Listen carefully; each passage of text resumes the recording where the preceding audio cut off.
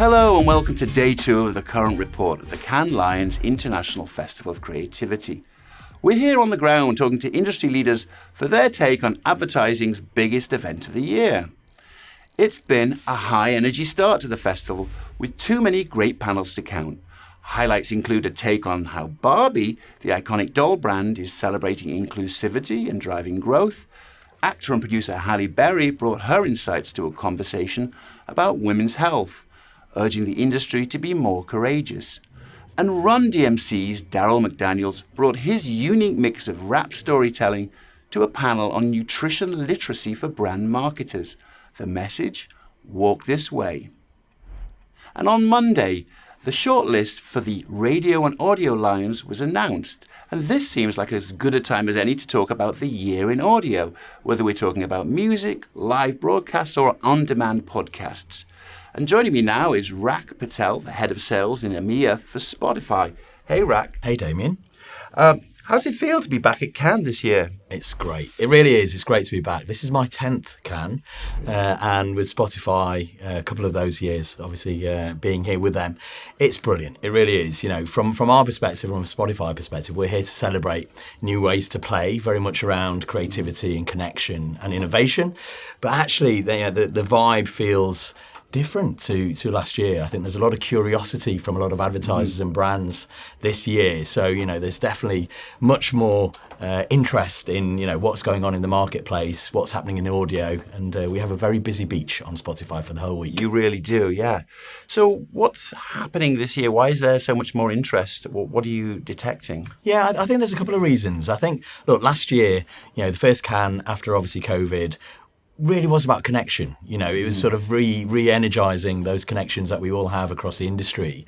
And so it was a great Cannes last year for sure, but I think a lot of it was centered around we're back and, you know, and setting out our stalls in terms of, you know, how we're thinking about the years ahead. I think for this year, a lot of brand marketers have been thinking about, okay, you know, there's multiple areas of my business which can really benefit from what's happening within creativity and what's happening within innovation as well. And so, you know, it's been brilliant to see many of our partners coming out here too as well, spending time with us, really getting to understand, you know, the benefits of digital audio and Spotify. Let me ask you this, why is audio such a powerful medium for ads? Yeah, of course. Well, look, I think audio has always been incredibly engaging and incredibly immersive. And I think digital audio, and in particular Spotify, take it many steps forward too as well.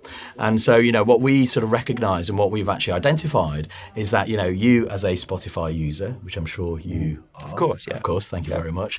You know, you're fully immersed in the experience that you have when you're listening to your favourite artist or listening to your favourite podcast. Now, that personalisation that we have, as well as that level of engagement and in an immersive nature, you know, if you're a brand and you're able to tell your story within that too as well, it really captures that audience. And obviously, you know, our role within the advertising side of the business is to be able to support a brand to connect to these audiences so that they can then go and make an action, which is obviously going to be important to them. So, you know, a couple of things that we've sort of looked at this year in particular is really diving deep into that engagement and immersion. So we have an insight piece called Sonic Science. Sonic Science 2 came out this year. You'll love this, Damien. So what this looks at is the cognitive behaviour that's going on as you're listening to your favourite music or favourite podcasts. And this year, what it actually showed was there is a real connection between physical and emotion. Now, who's your favourite artist? Who's at the top of your Wrapped? I would say Radiohead. Right, Radiohead. So when you're listening to Radiohead and, you know, one of their tracks from the mid-90s comes on and you're in York, you know, back home, suddenly the hair on the back of your neck is starting to stand up because it reminds you of something that was amazing for you. Yeah. We recognise that through this study, actually. And so, you know, that's massively powerful for brands, as is the other big finding that came out of it, which was, you know, Spotify is a mood buster as well. So, you know, 30% of our audience, when they come off Spotify, are in a much more positive mindset than they were when they first started their listening on the platform too as well for that particular schedule. I've got to ask you, you know, from your perspective, what makes for a really good audio ad? What makes it effective? Yeah, of course. Well, I'd like to sort of start with, your listening experience on Spotify. There's two elements which are really, really important to us, which drive our business, drive our innovation. One side is obviously personalization, and the other side is context as well. So if you think about those two elements, they're really, really important. So we need to be able to put the right content in front of you, and then we need to make sure that, when you hear that content, that, it's in tune with, your listening behaviors as well. So if you're then a brand and you can be within that too as well in a personalized manner, happy days. And so that's very much where our focus is, in supporting brands to be able to give them the tools that they need in order for them to get the most value out of being on our platform. That makes a lot of sense. And Rak, thank you very much for sharing those insights, and good luck with the rest of the week. Wonderful. Thank you very much, Damien. One of the big themes of this year's Cannes Lions is diversity, equity and inclusion, or DEI. If there was a cultural moment that helped focus attention on the issue, it was likely the murder of George Floyd in 2020, which sparked calls for racial justice from all over the world. We've been investigating just how far we've come in 3 years. The good news is that the ad industry is paying attention. A recent study conducted by the Association of National Advertisers found that 32% of marketing teams at companies and ad agencies in the US were ethnically diverse in 2022. That number has been growing each year since 2019, when the rate was closer to 28%. At the same time, there's no industry standard for measuring the progress of DEI. At least one CEO told The Current, the season for measurement needs to start now.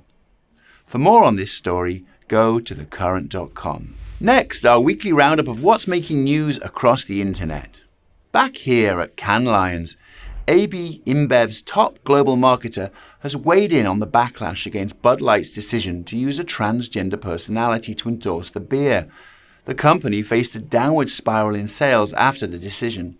He said the brand had been humbled by the controversy and was planning a nationwide effort to reconnect with all of its consumers in a way that wasn't divisive.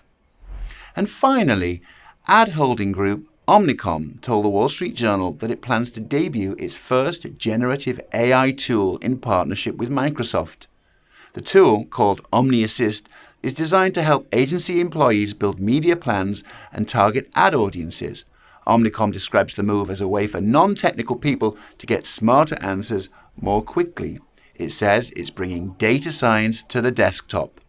For now, the virtual assistant will be in beta before it rolls out more broadly. And that's it for The Current. We'll see you tomorrow for more news and views from Cannes Lions.